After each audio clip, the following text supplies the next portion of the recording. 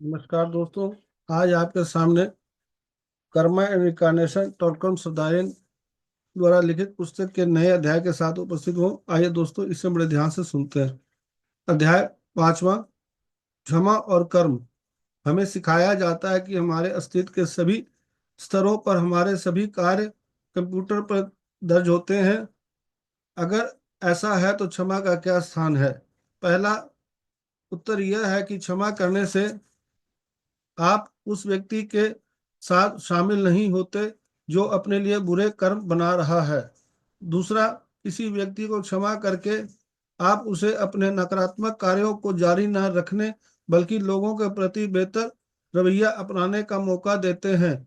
जब कुछ लोगों को माफ कर दिया जाता है तो वे फिर से अपने पुराने कामों पर लौट आते हैं और अपनी जिंदगी को और भी खराब कर लेते हैं।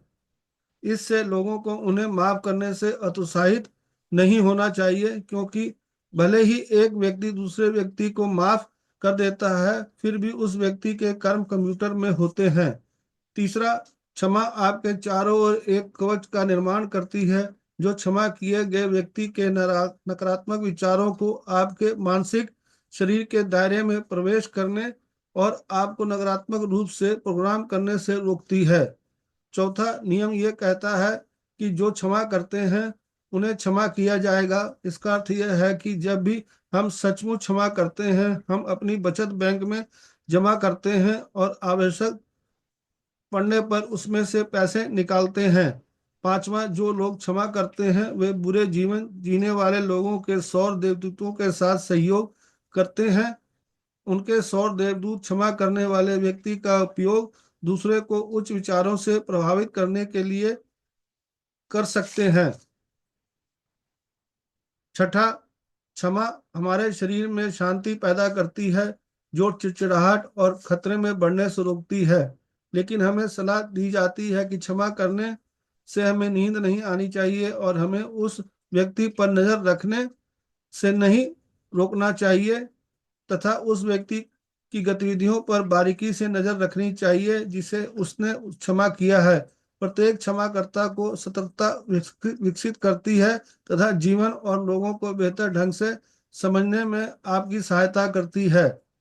सातवां, क्षमा आपको आपके स्वार्थ से बाहर निकालती है, आपके प्रेम और करुणा को विकसित करती है तथा जीवन और लोगों को बेहतर ढंग से समझने में आपकी सहायता करती है। आठवां, क्षमा करने से आपके कर्म पर कर कम लगता है। जब आप क्षमा करते हैं तो आप कम कर्म कर देते हैं। नौवीं बात, जब भी आप किसी ऐसे व्यक्ति के प्रति गुस्सा और घृणा महसूस करते हैं जो आपको चोट पहुंचाता है तो आप उसके और अपने बीच एक चैनल बनाते हैं जिसके माध्यम से उसका द्वेष आप में प्रभावित होता है और आपकी आभा को दूषित करता है। बहुत से लोग बिल्कुल वैसे ही बन गए जैसे वे लोग जिनसे वे नफरत करते थे। समस्या को कर्म के स्वामी को सौंप देना बहुत बुद्धिमानी है और यह जान ले कि वे आपसे बेहतर तरीके से स्थिति को संभाल लेंगे।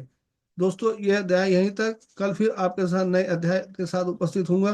दोस्तों, यहाँ पर टोटकम सदारे ने क्षमा के बारे बताया है और क्षमा और कर्म के बारे बारीकियों को बताया है। इसे आप बार बार सुने तो आपको इसको गहराई से समझ में आएगा। धन्यवाद। Thank you.